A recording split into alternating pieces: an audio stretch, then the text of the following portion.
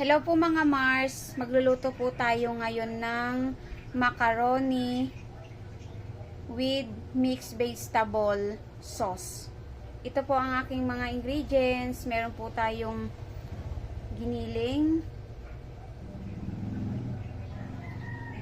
bell pepper, sibuyas bawang, tubig, paminta, turmeric, hotdog, crab stick. Optional lang po yung crab stick, mixed vegetable, sugar, oyster sauce, at tomato paste. So, umpisan na po natin maggisa. Unahin muna natin ang sibuyas, ay bawang.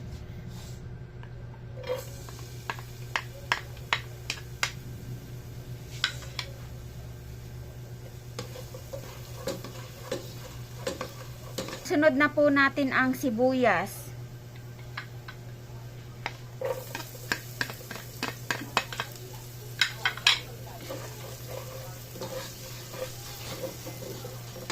Sinunod ko na po yung giniling. Yan, gisa, ihalo-haluin lang po hanggang sa masangkot siya. Takpan po lang muna natin ng mga 2 minutes. Ayun po, inilagay na po natin yung bell pepper.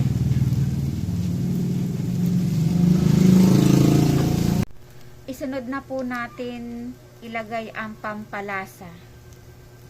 Paminta, cubes, 4 cubes. Isunod na po natin ilagay ang tomato paste.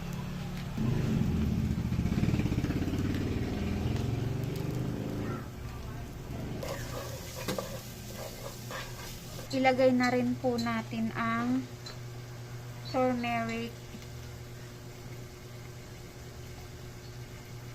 then oyster sauce, then sugar.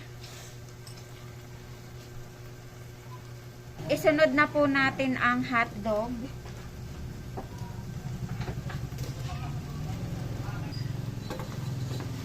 Isunod na po natin ang mixed vegetable.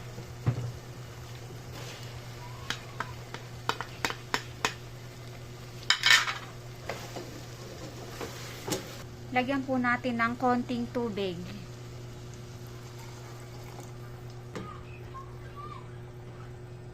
Sunod na po natin yung pinaka-pasta.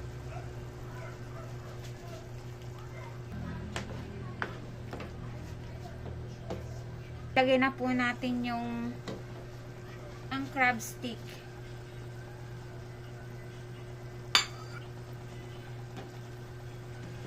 Yan po mga Mars, ito na po ang ating macaroni with mixed vegetable sauce. Yan lang po mga Mars. God bless po. Thank you for watching.